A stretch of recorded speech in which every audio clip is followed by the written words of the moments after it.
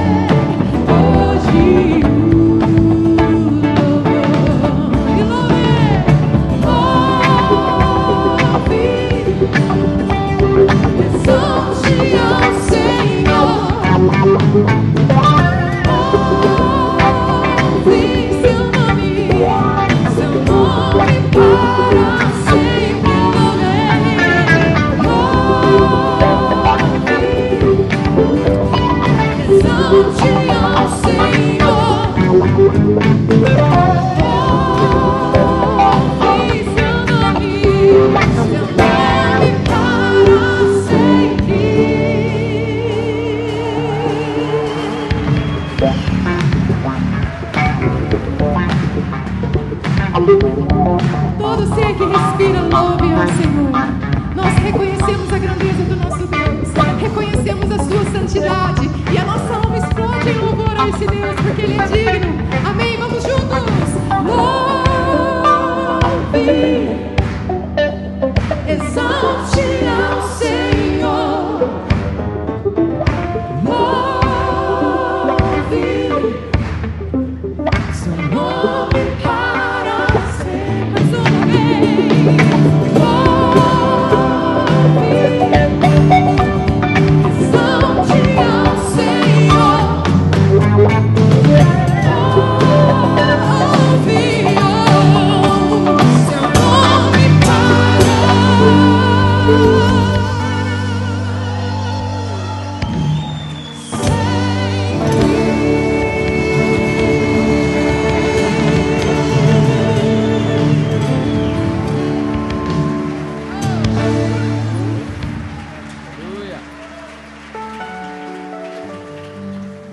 Muito obrigada, Senhor.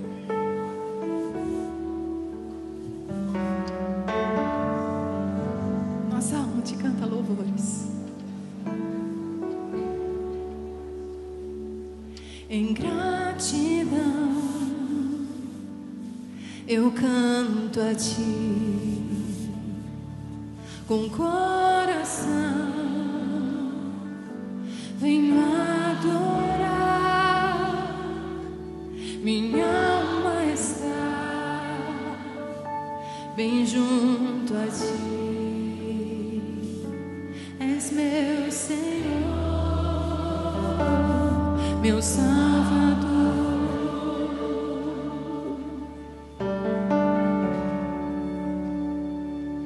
Em gratidão eu canto a ti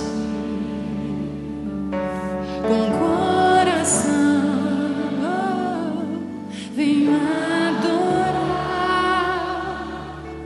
Minha alma está bem junto a ti, és meu Senhor, meu Salvador. O que darei a ti, Senhor, por tudo quanto deste a mim? Recebe a minha adoração. És meu Senhor, meu Salvador.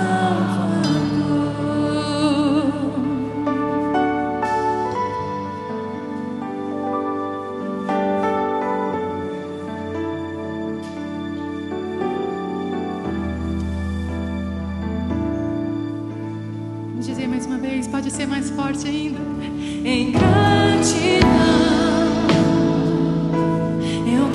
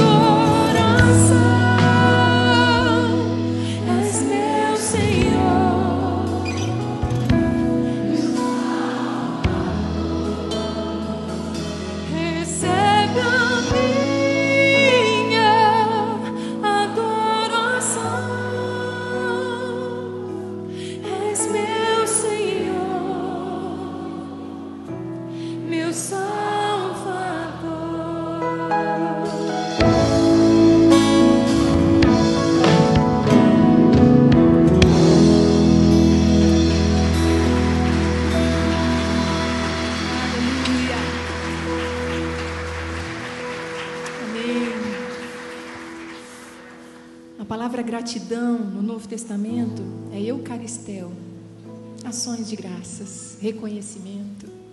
Mas a raiz dessa palavra é graça, caris. E a gente entende que são palavras muito ligadas, são palavras irmãs. Porque toda vez que a gente recebe graça, naturalmente a gente expressa gratidão. A Bíblia diz que onde abundou o pecado, superabundou a graça. E agora precisa super, hiperabundar a gratidão. Quanto mais a gente reconhece o tamanho do perdão que nós recebemos, mais a nossa alma se rende em adoração, em louvor e em gratidão a Deus. Aquela mulher que entendeu o tamanho do perdão que recebeu, entrou naquele banquete na casa do fariseu, se prostrou aos pés de Jesus, lavou os pés de Jesus com as suas lágrimas. Ela entendeu o tamanho do perdão que recebeu. O fariseu à mesa, carente da mesma graça, não percebeu seu próprio pecado. Quem é muito perdoado, muito ama. Quem recebe esse perdão oferece gratidão ao Senhor, e a gratidão, ela honra o Senhor. É um culto agradável a Deus. Nós recebemos graça sobre graça.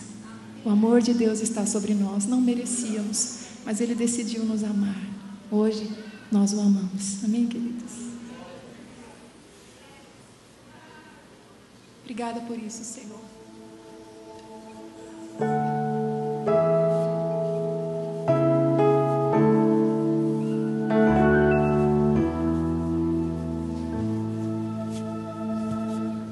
Graça sobre graça recebi,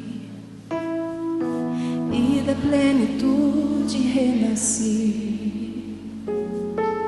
Quando atraído me encontrei no amor de Deus,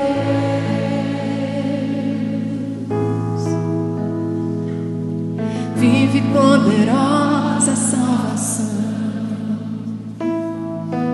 luz que me alcançou na escuridão. Todo meu pecado se apagou no amor de Deus.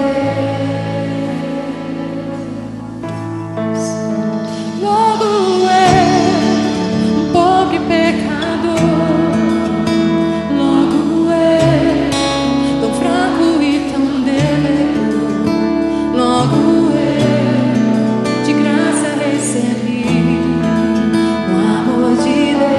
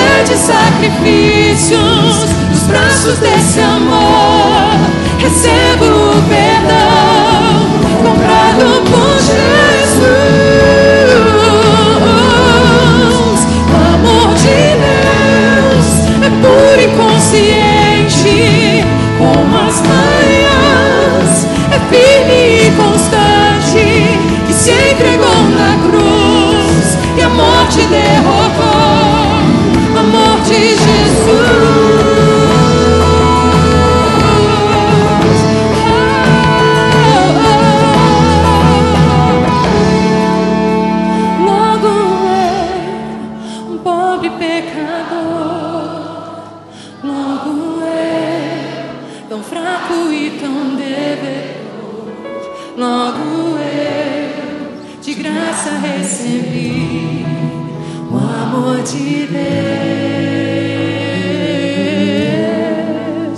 Logo eu, finito e carnal, logo eu, diante de um Deus imortal, logo eu, de graça recebi o amor de Deus.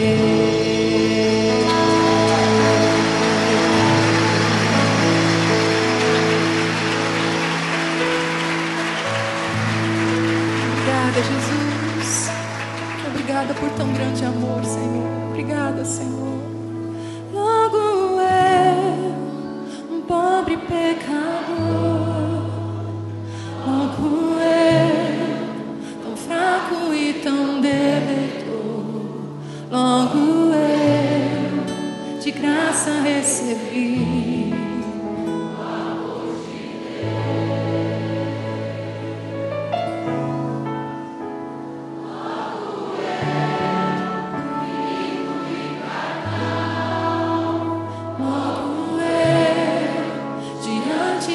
Deus imortal, logo eu, de graça recebi o amor de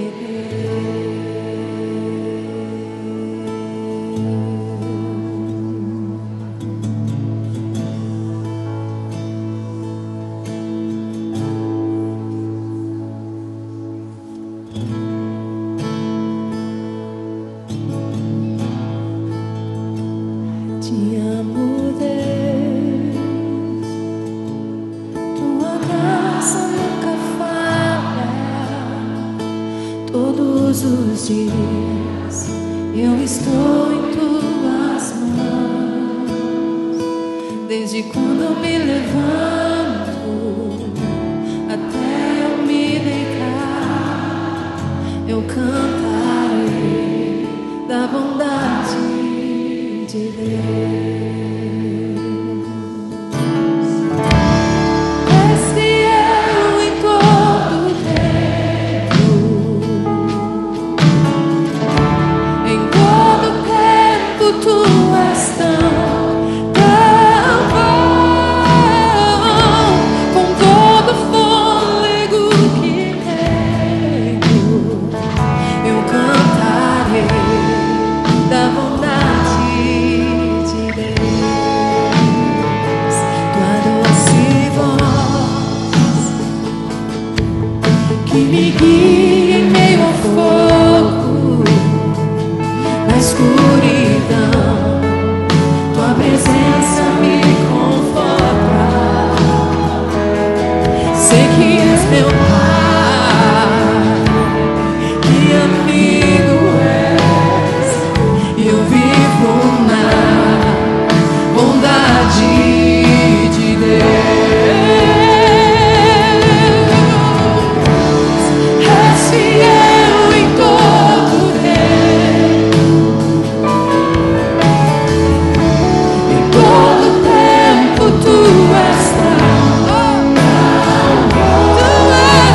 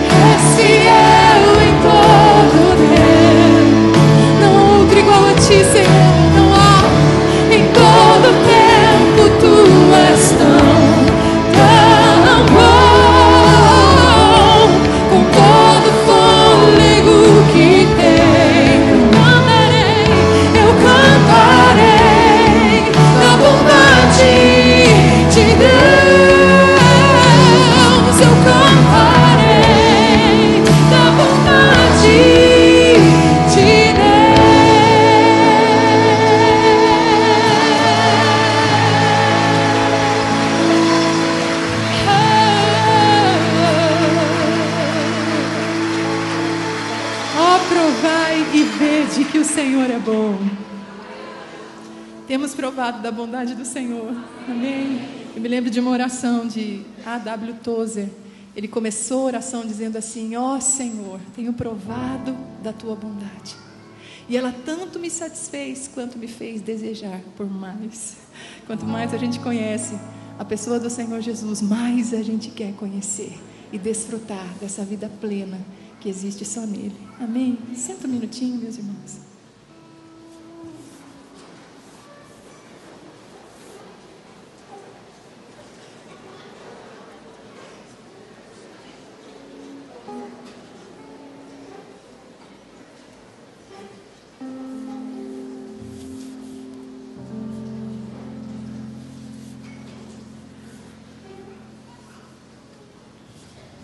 Falando um pouquinho sobre essa fidelidade de Deus, a bondade de Deus, eu quero contar para vocês um pouquinho da minha história mais antiga, que tem a ver com essa canção que nós vamos cantar agora. A minha mãe ficou viúva aos 26 anos de idade. Eu, por acaso, resolvi colocar essa história num videozinho essa semana no Instagram, e teve uma repercussão tão grande, foi tanta gente compartilhando outros testemunhos, muitos até parecidos com o meu, mas muitos outros testemunhos que me encorajaram a reforçar esse lado da minha história, porque realmente é um cuidado que Deus teve com a nossa casa. Minha mãe aos 26 anos ficou viúva, ela tinha 3 filhos já, eu era mais novinha, tinha um pouco mais de 1 ano e meio, e ela estava grávida de 7 meses da Camila. E foi um acidente de helicóptero. Nós morávamos em Campinas. Meu pai trabalhava numa empresa de tecnologia e eles estavam reconhecendo áreas onde poderiam instalar antenas de radar. As antenas de radar estavam chegando no Brasil naquela época. E pela manhã eles fizeram vários voos e à tarde foram continuar esse trabalho, e num desses voos a hélice do helicóptero pegou um fio de alta tensão. Houve uma descarga elétrica, alguns dizem que a hélice traseira ficou presa nos fios. A gente não sabe alguns detalhes, né? O que a gente sabe é que todos que estavam no helicóptero morreram. E aí, quando foi dando, naquele dia do acidente, foi dando o horário do meu pai chegar em casa depois do trabalho, ele não chegava. Minha mãe conta essa história, né? E aí foi chegando algumas outras pessoas, chegou a vizinha, aí chegou algumas pessoas da família, chegou o pastor. Minha mãe já desconfiava de alguma coisa. E aí até que o pastor trouxe a notícia, ele disse: Nilza, houve um acidente e infelizmente o Samuel não resistiu. Ela conta que naquele momento ela perdeu a força das pernas, se sentou, o pastor impôs as mãos sobre ela e começou a orar. E ela não se lembra de nada do que o pastor orou, mas durante a oração, algo sobrenatural aconteceu.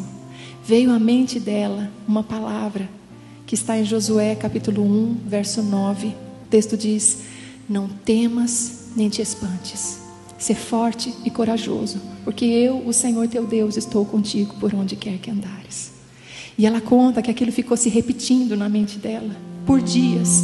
Ela pensava em qualquer outra coisa, dali a pouco vinha de novo aquelas palavras: ser forte e corajoso, não temas, não te espantes, eu estarei com você todos os dias da sua vida, por onde quer que você andar. E eu creio que foi o que Deus usou para fortalecer o interior da minha mãe. 26 anos, 4 filhos, sem profissão. Nós nos mudamos para Casa Branca, foi a cidade onde nós crescemos. Recebemos um acolhimento muito grande da igreja, tivemos verdadeiros discipuladores na nossa vida naquela época. Gente que nos ajudou, familiares que nos acolheram. E hoje, quando eu olho para trás, minha história poderia ser tão diferente se não fosse a presença de Deus ao longo de todos os nossos anos ali. Tivemos dias difíceis, muitos. Tivemos privações. Tudo era muito contadinho.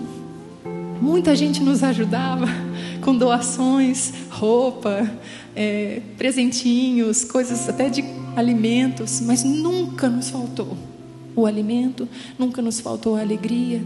Eu me lembro de tantas vezes minha mãe estar no piano, cantando, louvando a Deus, e a gente na sala dançando, brincando. E o que fez toda a diferença ao longo da nossa história foi a presença de Deus.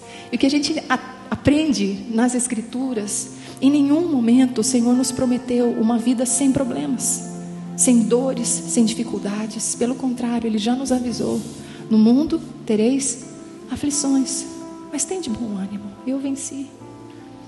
Tem de bom ânimo. E com base nessa palavra e tantas promessas que o Senhor nos faz, Isaías 43, você vai se lembrar, o texto nos diz: quando vocês passarem pelas águas, eu estarei com você. Quando você passar pelo fogo, ele não te queimará. Quando você passar pelos rios, eles não te submergirão. Não temas, eu te chamei pelo seu nome, eu estarei com você. Jesus disse isso: eu estarei com vocês todos os dias até a consumação dos séculos. Então, nós vamos ter dias difíceis, de sofrimento, sim, até porque o sofrimento é uma escola de Deus. Todo sofrimento tem um propósito. E é no sofrimento onde Deus mais se revela a nós. C.S. Lewis diz que Deus sussurra nos prazeres, mas Ele grita nas nossas dores. Quando mais a gente pode conhecer de Deus, é quando Ele nos conduz por esse caminho. Como disse o salmista: ainda que eu ande pelo vale da sombra e da morte, eu não temerei mal algum, porque Tu estás comigo. O que faz diferença, irmãos, é a presença do Senhor.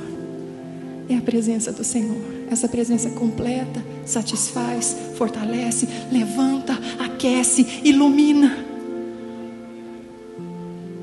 E o sofrimento não é eterno. Nós temos essa garantia. Deus enxugará dos olhos toda lágrima.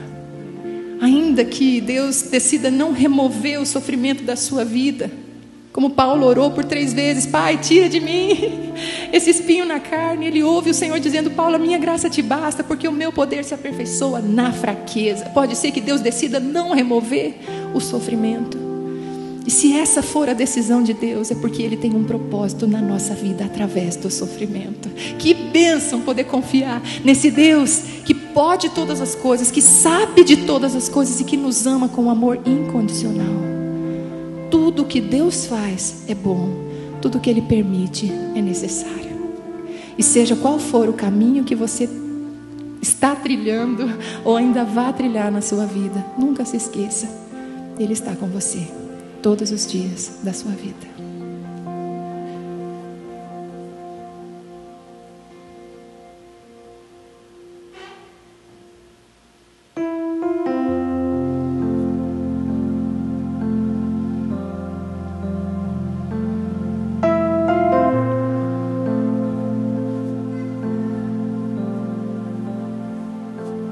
Como é bom saber que nunca estou só. Tenho sempre tua mão a me guiar. Mesmo quando o medo vem, mesmo quando a luz se vai, eu posso crer. Comigo estás. Teus caminhos são mais altos que os meus. Mesmo quando não consigo entender, sei que posso confiar, sei que devo descansar. Aqui estou, comigo estás na escuridão. Teu olhar me ilumina e o frio da noite se desfaz pelo calor do teu amor. Eu sinto paz, minha alma em ti confia, pois onde estou, tu também estás. Como é bom saber que nunca estou só. Tenho sempre tua mão a me guiar. Obrigada por isso, Pai. Mesmo quando o medo vem, mesmo quando a luz se vai, eu posso crer. Comigo estás. Teus caminhos são mais altos que os meus.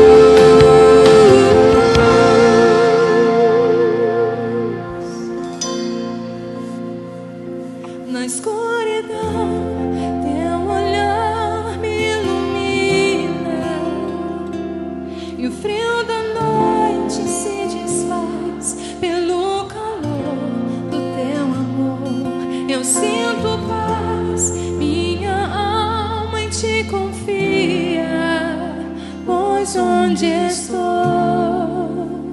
tu também estás.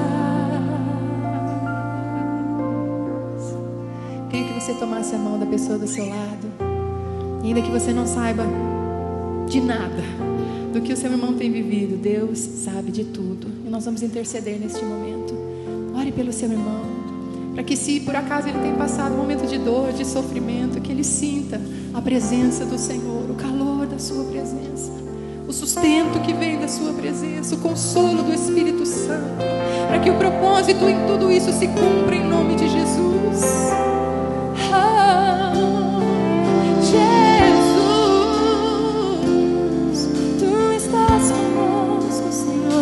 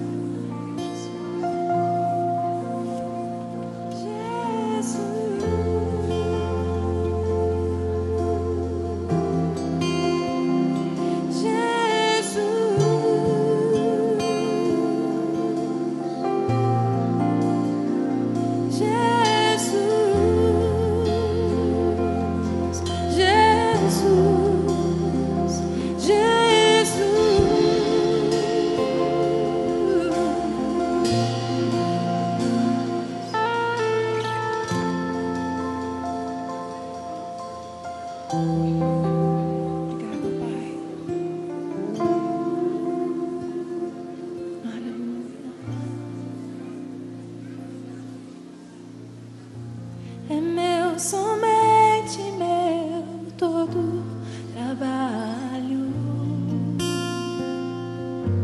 e o teu trabalho é descansar em mim. É meu, somente meu, todo trabalho, e o teu trabalho é descansar. Ouça o Senhor te dizer isso nessa manhã. É meu, somente meu, todo trabalho.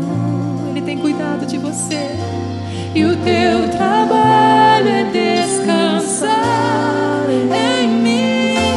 Oh, é meu, somente meu, todo trabalho, e o teu trabalho é descansar em mim.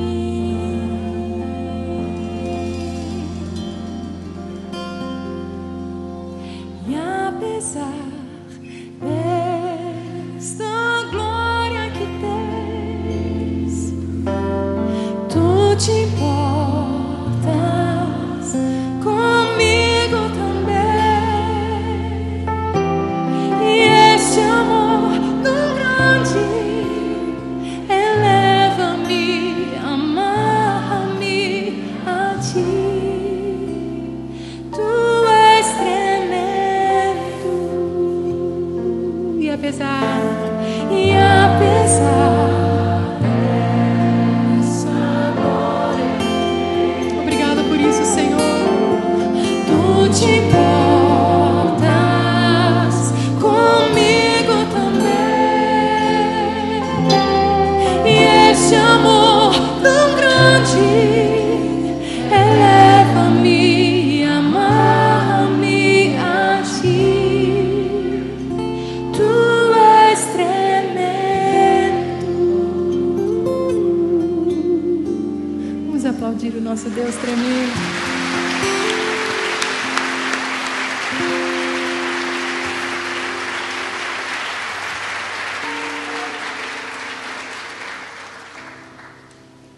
ler rapidinho um texto para você. Às vezes eu tento falar ele de cor, mas às vezes eu esqueço, aí melhor ler e fica mais completo. É que eu quero cantar mais uma canção com vocês, mas olha o que esse texto, ele gera uma coisa tão boa no meu coração. É um convite para nós estarmos louvando ao Senhor. Salmo 148, o texto diz assim, louve ao Senhor desde os céus, louvem-o nas alturas, louvem todos os seus anjos, seus exércitos celestiais, sol, lua, estrelas cintilantes. Louvem os mais altos céus, as águas. Louvem o Senhor, vocês que estão na terra, serpentes marinhas, relâmpagos, granizo, neve, neblina. Hoje, toda vez que a gente sobe a serra, e a gente mora em Ubatuba, então a gente sobe aquela serra, está aquela neblina, eu fico pensando, essa neblina está louvando ao Senhor. Não é lindo? Relâmpagos, neblina, neve, tudo isso está louvando ao Senhor. Relâmpagos, vendavais, todas as montanhas, colinas, árvores frutíferas, cedros, animais selvagens, domésticos, todos os demais seres vivos e as aves, todos os governantes e juízes da terra, moços, moças, velhos, crianças, louvem todos o nome do Senhor, pois só o seu nome é exaltado e a sua majestade está acima da terra e dos céus. Amém? Nós queremos nos unir com toda a criação, todo o universo, louvando e engrandecendo o nome do Senhor. Você tem um pouquinho mais de energia aí? Vamos ficar em pé? Amém, Jesus.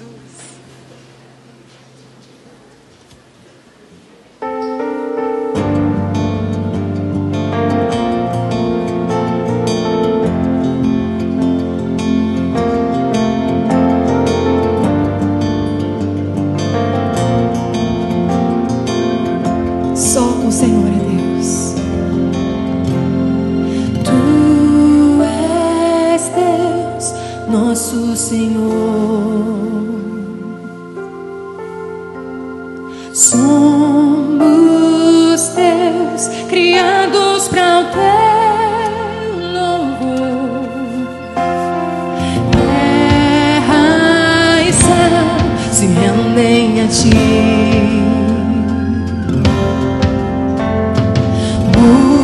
Multidões se prostram em teu louvor, pois só tu és Deus e todo o poder é teu. Rendemos louvor a Cristo Senhor. Te exaltamos, te adoramos, Rei da terra e céu. Anjos, homens, todos cantam, Santo és Jesus. Tu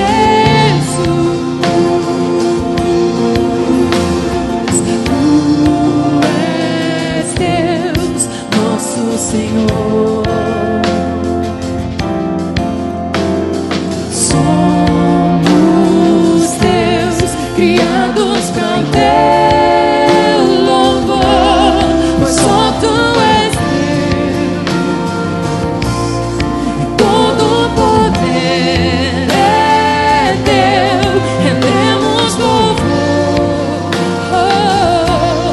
a Cristo Senhor.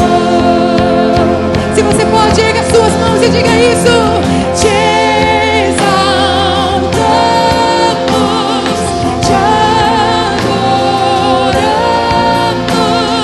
Rei da terra e céu.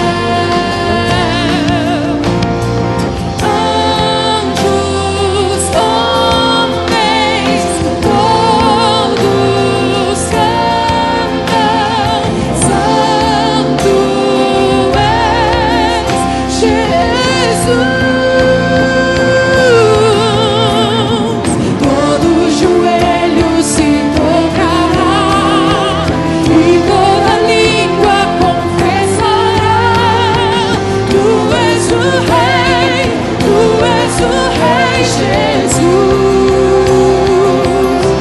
Todo o universo, tua igreja te adora, Senhor. Todo o universo se rende em louvor. Tu és o Rei, tu és o Rei, Jesus.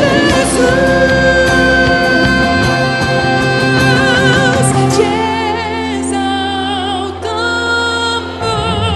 te adoramos, Rei da todos cantem ao Senhor, anjos, homens, todos cantam, Santo és Jesus.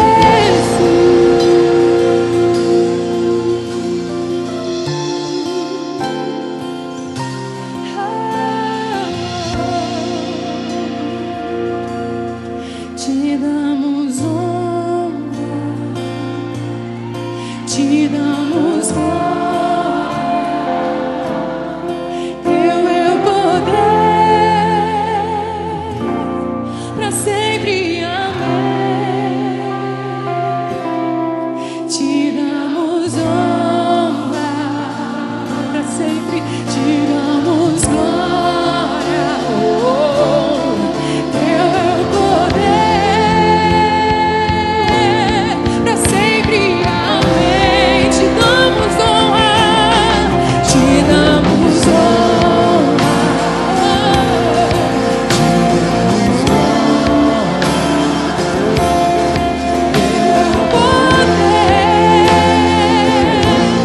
pra sempre, amém.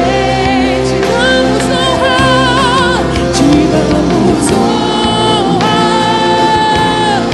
te damos glória. Teu é o poder, pra sempre, amém. Vamos subir, pode ser mais forte ainda. Te damos honra, te damos glória a Cristo Jesus, a Cristo Senhor. Teu é o poder, teu é o poder, pra sempre, amém. Te damos honra, te damos honra, te damos glória. Teu é o poder, pra sempre, amém. Te exaltamos, te exaltamos, te adoramos,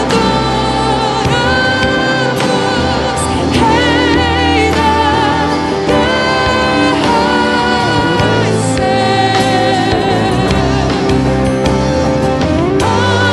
anjos, homens, todos cantam, Santo és Jesus.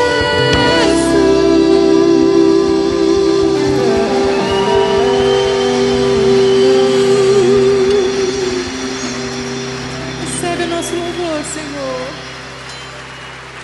Te damos honra, glória. Toda a majestade é tua, Senhor. Honramos a tua presença neste lugar, Jesus. Nossos olhos estão postos em ti, razão da nossa vida, Senhor.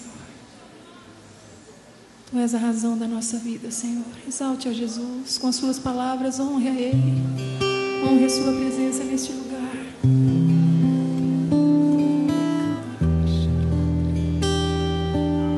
Deus bendito, Deus poderoso.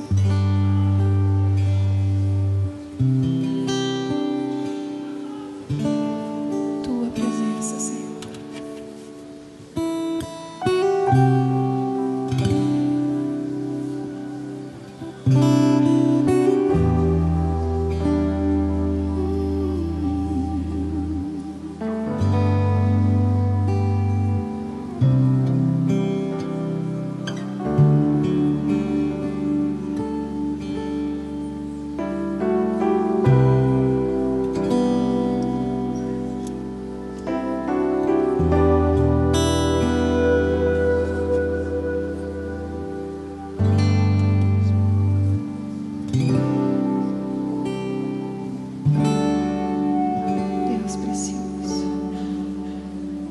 nossa adoração nessa manhã, Senhor. E obrigada pelo milagre de pessoas como nós podermos desfrutar da Tua presença. Tão grande salvação recebemos em Ti, Senhor. Muito obrigada. Continua falando conosco nessa manhã. Oh, Espírito Santo, eu clamo, fala conosco um pouco mais nessa manhã. Faz a Tua voz ser ouvida nessa manhã. Somente a Tua voz, Senhor. Somente a Tua voz. Jesus, somente a Tua voz. Pelo Teu Espírito Santo, fala conosco. Inclina o nosso coração à Tua vontade, Senhor. Revela-nos aquilo que não conseguimos ver em nós mesmos. Desvenda os nossos olhos. Nos torna hoje mais parecidos com Jesus. E recebe toda a adoração, hoje e sempre, em nome de Jesus. Amém, meus irmãos? Você pode se sentar.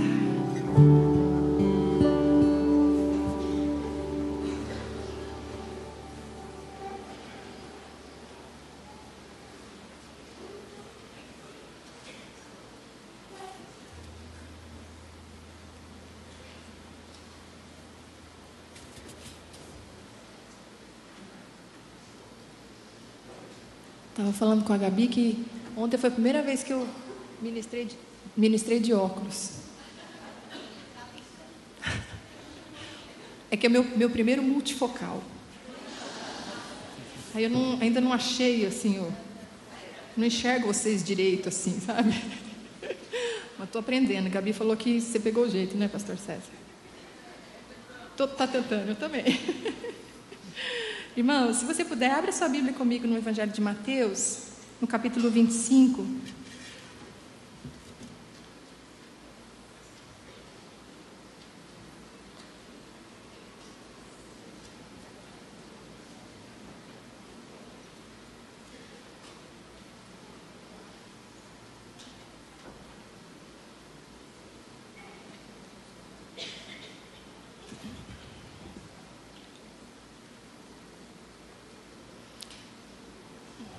Em Ubatuba, trago um abraço do meu pastor Virgílio. Há um tempo atrás ele fez uma série de pregações sobre apostasia. E ele sente, eu acredito que muitos de nós aqui sentimos que nós estamos nos aproximando do fim, né? São muitos sinais que nós temos percebido de que Jesus está às portas. Um dos sinais é a apostasia, e o pastor Virgílio tem tentado nos explicar, nos ensinar de que apostasia não necessariamente é alguém que volta suas costas para o Evangelho e vai viver outra vida, mas é estar à margem de tudo aquilo que Deus está fazendo. Então é como se você estivesse no barco junto, mas você fica lá no cantinho e assiste passivamente tudo o que Deus está fazendo. Ele ainda deu um exemplo recentemente, aquilo chocou meu coração. Está chegando a hora do culto, então você toma o seu banho, põe o pijama, pede uma pizza no iFood, senta no sofá ou na sua cama e dá o play no culto. E eu sei que a pandemia, ela mudou muita coisa com relação ao dia a dia da igreja, as transmissões, e muita gente foi alcançada através disso. É a nossa realidade em Ubatuba, muita gente nova chegou através das transmissões ao vivo, porém, muita gente que poderia estar neste momento aqui, cultuando, congregando, porque isso é importante, adorando junto com o seu irmão, estão assistindo um culto como se fosse mais uma série da Netflix. Isso é apostasia. É você não sentir esse desejo de estar ali, não só assistindo, mas trabalhando, dando a sua vida, engajado, servindo com seus dons, com seus talentos, com seu recurso, e você só consome e ainda dá nota. Hoje foi bom, hoje não foi. Isso tudo me fez pensar. Tenho pensado, meditado bastante nesses capítulos 24, 25, 26, quando Jesus fala dos sinais da sua volta. Capítulo 24, ele vai falando de todos os sinais. 25 conta algumas parábolas. 26, ele vai para aquele momento mais difícil da vida dele, quando ele está no Getsemane, e eu creio que Jesus sentiu a angústia mais profunda que qualquer pessoa já sentiu, porque o seu corpo transpirou gotas de sangue. Então o nível de estresse, de angústia era altíssimo. A gente não tem ideia do que Jesus passou. E quando ele estava ali, vivendo aquele momento de dor, de angústia, a Bíblia fala que a sua alma estava profundamente angustiada. Deixa eu ver se eu não... Profundamente triste, numa tristeza mortal. E os seus discípulos, não os 12, mas aqueles mais chegados, aqueles que caminharam o tempo todo com Jesus, que viram a transfiguração de Jesus no monte, aquele discípulo que caminhou sobre as águas no mar, gente que esteve com Jesus, estavam ali naquele momento, mas não percebiam o que estava acontecendo. Eles não entenderam o tamanho da angústia que Jesus estava sentindo. Eles dormiram. Vocês se lembram desse texto? Jesus vai para o Getsemane, ele vai orar. Quando ele chama os 3 para orar com ele. Quando ele volta para os discípulos, os 3 estão dormindo. E ele fala: vocês estão dormindo? Numa hora dessa, vocês estão dormindo? Acordem, vigiem, para que vocês não entrem em tentação, não caiam em tentação. E Jesus se afasta de novo e vai orar. E quando ele se volta para eles, mais uma vez eles estão dormindo. A Bíblia fala que eles não podiam manter os seus olhos abertos. E pela terceira vez, quando Jesus vem para eles, eles ainda estão dormindo.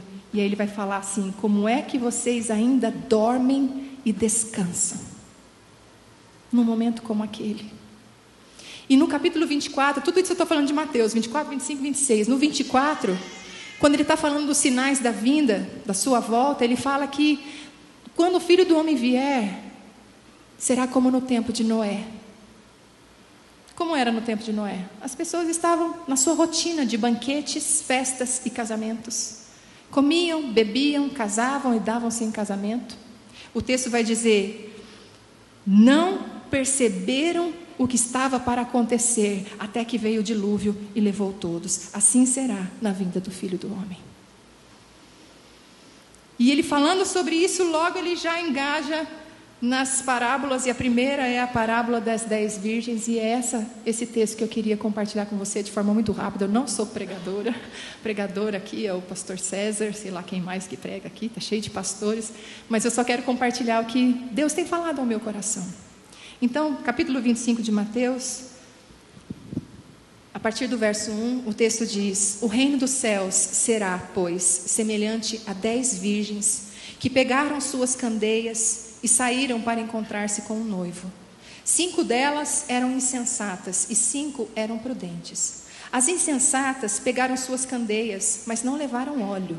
As prudentes, porém, levaram óleo em vasilhas, junto com suas candeias. O noivo demorou a chegar, e todas ficaram com sono e adormeceram. À meia-noite ouviu-se um grito: o noivo se aproxima, saiam para encontrá-lo. Então todas as virgens acordaram e prepararam suas candeias. As insensatas disseram às prudentes: deem-nos um pouco do óleo de vocês, pois as nossas candeias estão se apagando. Elas responderam: não, pois pode ser que não haja o suficiente para nós e para vocês. Vão comprar óleo para vocês. E saindo elas para comprar óleo, chegou o noivo. As virgens que estavam preparadas entraram com ele para o banquete nupcial, e a porta foi fechada.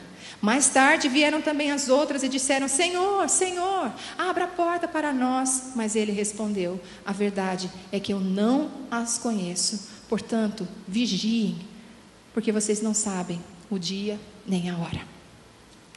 O que Jesus está ensinando com essa parábola? A primeira verdade que eu aprendo: ele nos chama para um relacionamento. É um casamento. Nessa parábola, o noivo representa Jesus, as 10 virgens representam a igreja. E ele conta essa história desse encontro. Por quê? Porque naquela época o casamento judeu era assim, 3 estágios. Primeiro, eles firmavam um compromisso. Então os pais dos noivos firmavam um compromisso. Depois de um tempo havia o noivado. No noivado, todo mundo se reunia na casa dos pais da noiva. Ali, o noivo dava presentes à noiva, fazia promessas, e ela também fazia promessas, tudo diante de testemunhas. Esse era o noivado. E depois havia o casamento em si. Como era o casamento?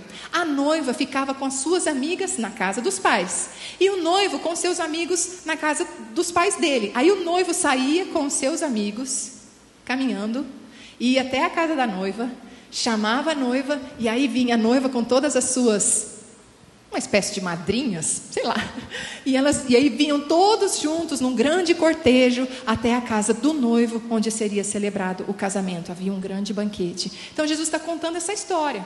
As virgens estão ali aguardando a chegada desse noivo, e o noivo em breve vai vir e vai chamar a sua noiva para o grande banquete, para o banquete nupcial. Então a primeira coisa, o Senhor nos chama para um relacionamento. Irmãos, nós estamos casados há 22 anos.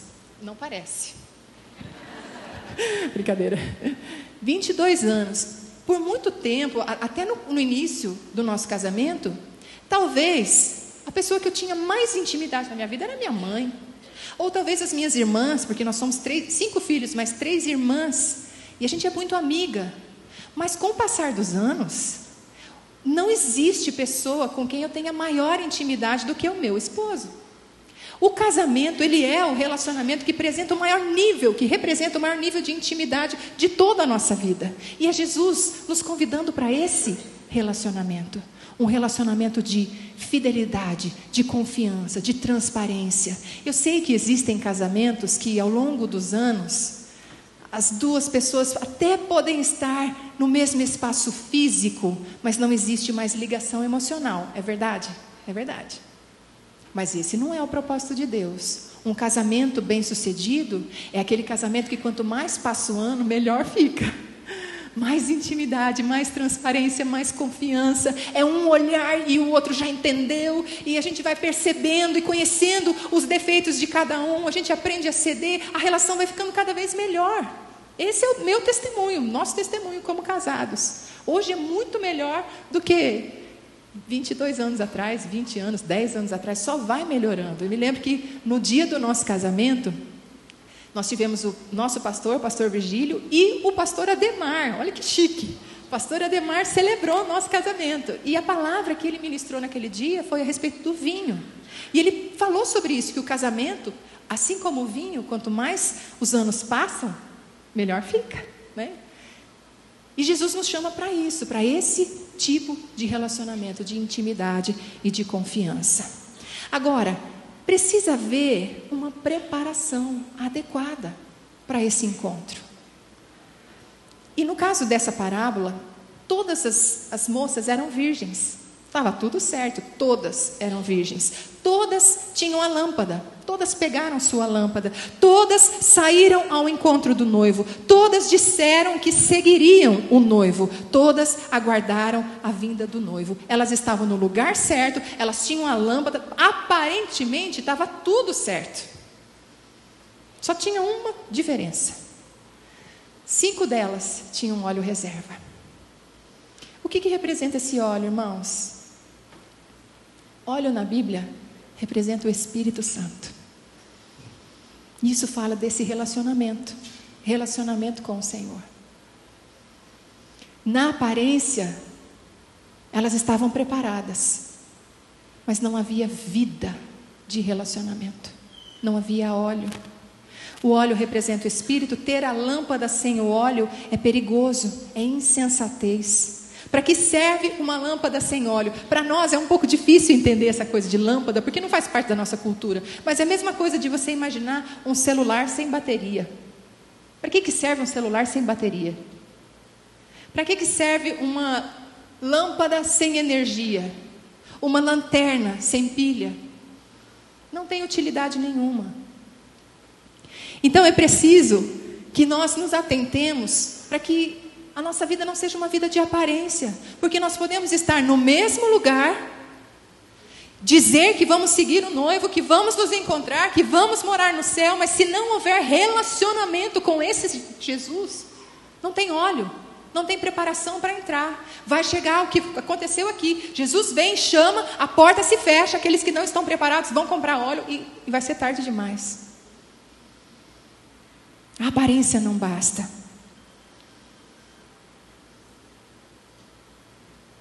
Qual a importância do Espírito Santo na nossa vida? Quando a gente olha para a vida de Jesus, eu acho tão lindo, porque Jesus, quando ele inicia o seu ministério público, a primeira coisa que acontece, ele vai até João Batista, e ele se aproxima, pede para ser batizado, e aí quando ele é batizado, a Bíblia diz que o céu se abre, e vem sobre Jesus uma pomba, o Espírito Santo em forma de pomba, e repousa sobre ele. Naquele momento Jesus é cheio do Espírito Santo. Pelo Espírito Santo, Jesus é levado ao deserto. Pelo poder do Espírito Santo e da palavra de Deus, Jesus vence Satanás quando ele é tentado. Pelo Espírito Santo, ele é conduzido a Nazaré. É tão bonito, ele vai para Galileia, cheio do Espírito Santo. Olha só, o Lucas 4:14 fala que ele volta para Galileia no poder do Espírito Santo.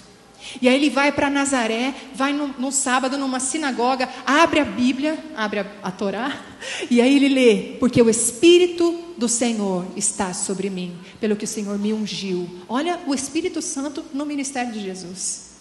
Ele exerce o seu ministério cheio do Espírito Santo, ele vai para a cruz, ele se entrega por nós, ele morre. Mas a Bíblia diz que no poder do Espírito Santo ele ressuscita. E ele é elevado aos céus. E dos céus ele derrama o seu Espírito sobre a igreja. Ele não nos envia ao mundo sem antes enviar sobre nós o seu Espírito. Aqueles 120 esperando lá, orando juntos, até que vem no dia de Pentecostes o derramamento do Espírito Santo. Eles são revestidos de poder e saem para testemunhar quem é o Senhor Jesus. Olha a importância do Espírito Santo na nossa vida. O noivo demorou. Todas ficaram com sono, todas dormiram. À meia-noite ouve-se um grito: o noivo se aproxima, saiam para encontrá-la. Então todas as virgens acordaram e pegaram suas candeias. Mas não houve um preparo adequado para 5 delas. Não havia azeite em reserva. E aí elas pediram: por favor, dá um pouquinho do seu óleo. Irmãos, presta atenção. Toda vez que eu li isso aqui, eu ficava pensando: puxa, mas elas foram meio egoístas. Não foram muito crentes, não. Não parece egoísmo? Compartilhe um pouquinho. Poxa, você se preparou melhor. Eu não sabia bem como que eu tinha que fazer. Dá um pouquinho do seu óleo. Mas a verdade é que relacionamento com Deus não se empresta. Relacionamento com Deus é algo que só você pode fazer com Ele. Ninguém entra no céu por procuração. Ninguém pode entrar no céu com o óleo de outro. O preparo do pai não serve para o filho, nem o preparo do marido serve para a esposa. Não podemos compartilhar o Espírito Santo com quem não o tem. Ninguém pode entrar no reino de Deus pegando carona na fé do outro. É preciso relacionamento pessoal com o Espírito Santo. Ter óleo reserva é ter o Espírito Santo. A mera religião externa não tem o poder de iluminar. E aí tem uma frase de Spurgeon, ele diz assim: muitos têm o nome Cristo pelo qual viver, mas não têm a vida de Deus dentro da sua alma. Dizem que seguirão a Cristo, mas não têm o suprimento interior do Espírito para mantê-los. Há um brilho ou luz passageira, mas não há luz permanente, nem pode haver, pois embora tenham lâmpadas, não levam nenhum azeite consigo. E aí o texto diz que as prudentes que tinham esse óleo, que tinham essa vida de Deus em si mesmas, dizem para as outras: vão comprar. E elas saem correndo para comprar. O noivo está ali, a gente já ouviu a voz dele: vão comprar. O que eu aprendo com esse vão comprar? 2 coisas, isso é no meu entender. Primeiro, relacionamento com Deus não se compra. Porque elas saíram, vieram com óleo, mas entraram? Não deu certo. Relacionamento com Deus não se compra. Irmãos, eu posso comprar um monte de Bíblia, todas as versões disponíveis, grego, hebraico. Eu posso comprar cursos, eu posso investir financeiramente no meu crescimento espiritual, mas o fato de eu ter a minha biblioteca cheia de livros não me leva a ter relacionamento com Deus, a não ser que eu pegue aquilo, abra e clame a Jesus. E me exponha a Jesus. E agora, confessando para vocês, tantas vezes eu estou com a Bíblia aberta, lendo a Bíblia, E eu estou lendo um tempinho lá já, e de repente eu percebo, acho que o Espírito Santo, né? E eu percebo que eu estou só lendo um livro. Nem ler a Bíblia é garantia de relacionamento com Deus. E aí, parece que eu acordo. E eu acho que é Richard Foster que diz que a Bíblia é o único livro que nós lemos na presença do autor. Ele que escreveu. E eu posso ler na presença dele. Ou eu posso estar com a mente tão distante que eu só estou vendo letras que formam palavras. E é uma leitura mais qualquer. Mas quando a gente se expõe à presença de Jesus, abre a palavra entendendo que é o próprio Deus aqui. E conforme você vai se relacionando com Ele e sentindo a presença dEle, Ele vai te conduzindo e de repente uma palavra salta.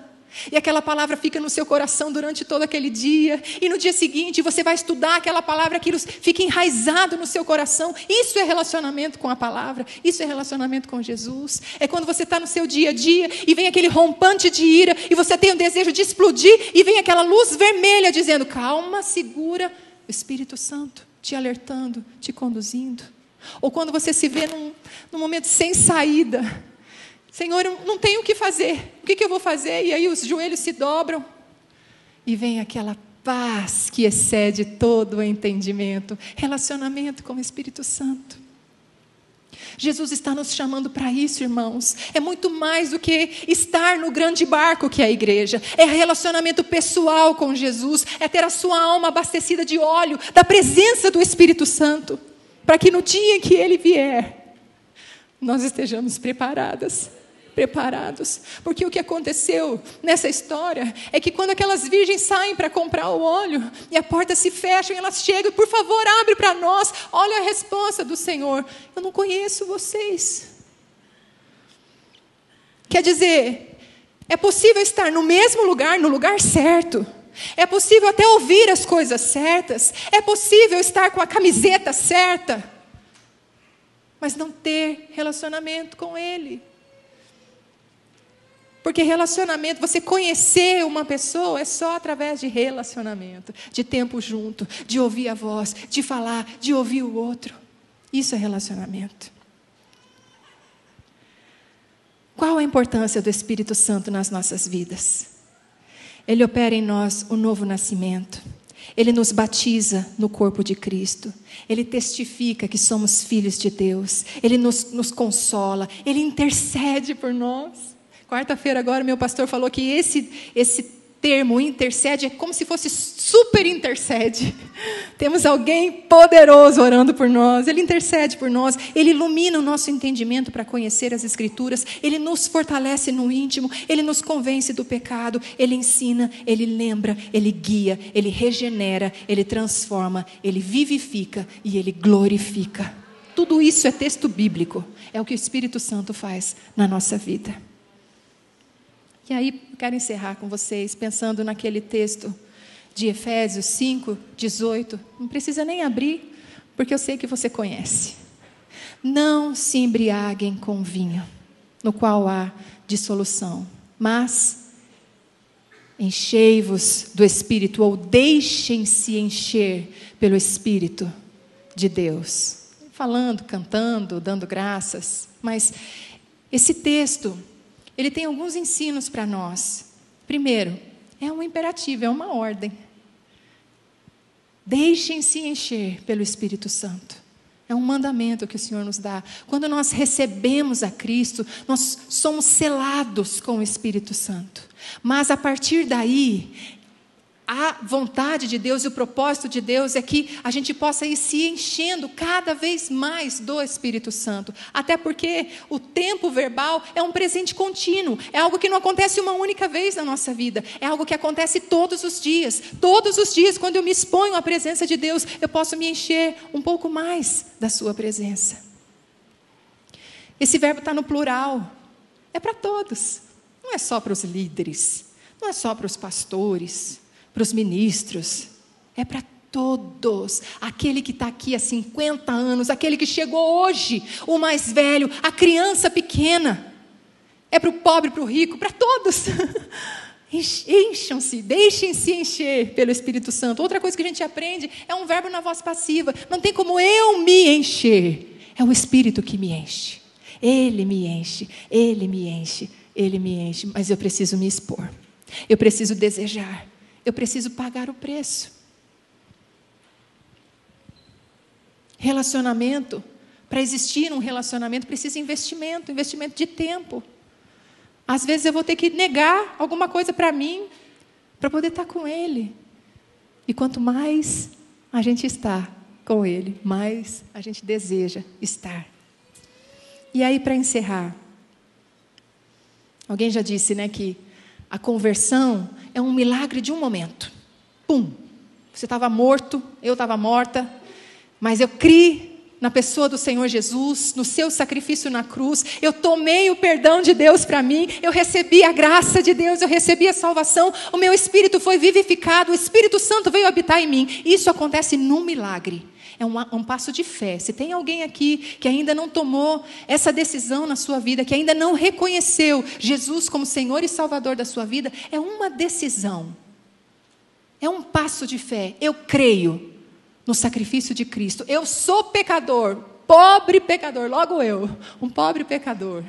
Mas Ele decidiu me amar, enviou Jesus. Em Cristo, a ira de Deus foi derramada, a justiça de Deus se cumpriu. Houve morte, o preço do pecado foi pago. Jesus ressuscitou, o véu se rasgou, o caminho se abriu. Isso é graça de Deus, isso é um milagre de um momento. Mas a construção de um santo é um processo da vida toda. E conforme eu me encho do Espírito Santo hoje, Ele me mostra um erro, Ele me convence de um pecado, algo que eu não percebia, e amanhã outro, e depois de amanhã outro, e nisso nós vamos sendo aperfeiçoados e transformados, para que sejamos cada vez mais parecidos com Jesus.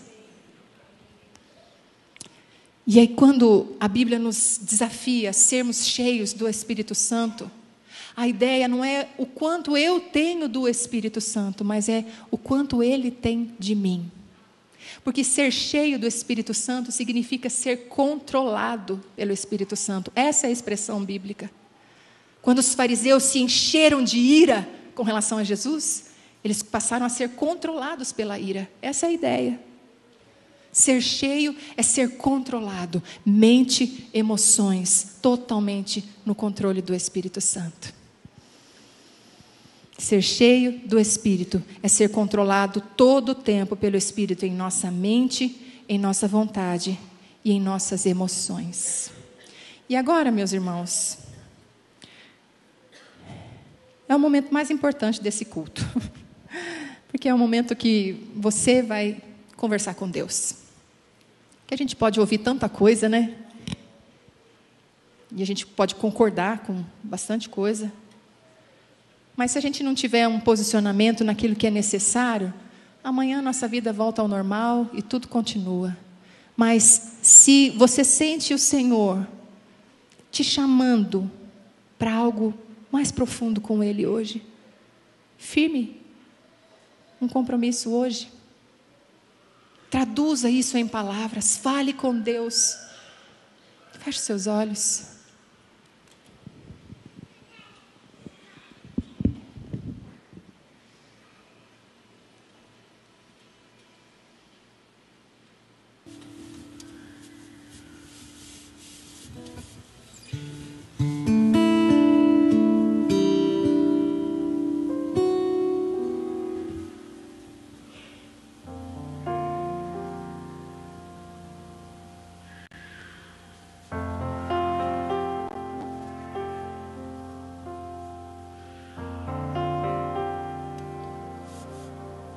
Nós cremos na Tua presença nesse lugar, Senhor.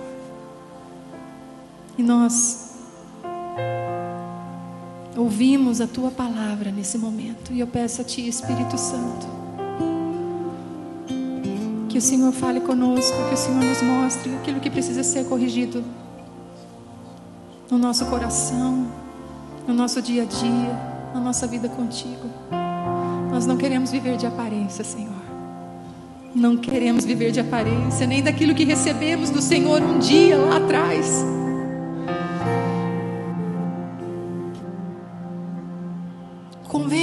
Espírito Santo, e atrai o nosso coração em nome de Jesus. Porque queremos ir mais fundo nesse relacionamento pessoal com o Senhor.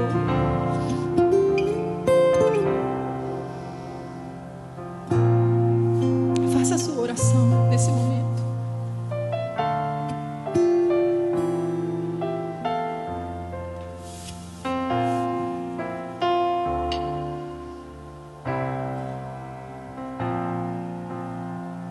A vida de Deus em nós, a vida do Senhor Jesus em nós, o sussurro do Espírito Santo em cada instante, a direção do Espírito Santo em todo o tempo. Queremos ir mais fundo nisso, Senhor. Enche-nos um pouco mais nessa manhã, nós clamamos, enche-nos um pouco mais nessa manhã. E nos perdoa, Senhor. Nos perdoa, Senhor.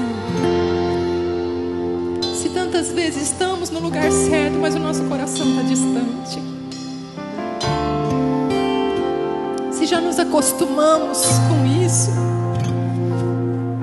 Se tantas vezes estamos muito mais ligados à nossa própria rotina, não percebendo o que está para acontecer. Nos perdoa e nos atrai, Senhor, um pouco mais. É a nossa oração.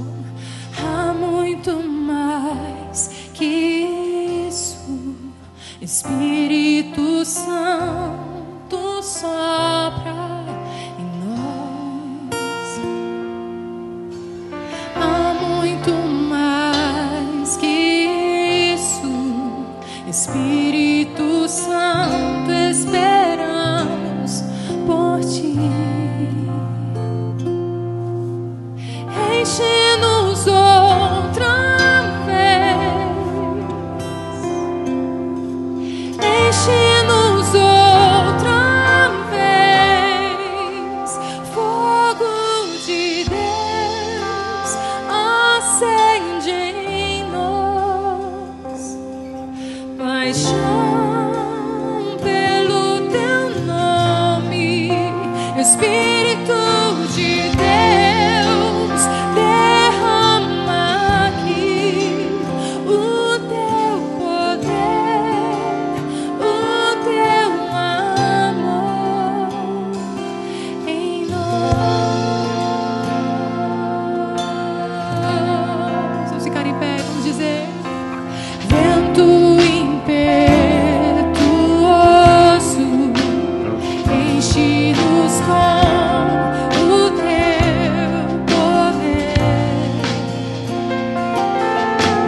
Vem libertar os cativos, queremos viver pra teu louvor. Derrama tua glória, derrama tua glória. Vem sobre nós, Senhor, derrama tua glória. Fogo de Deus acende em mim, Senhor, paixão pelo teu nome, Espírito de Deus, derrama aqui o teu poder, o teu amor. Fogo de Deus, fogo de Deus.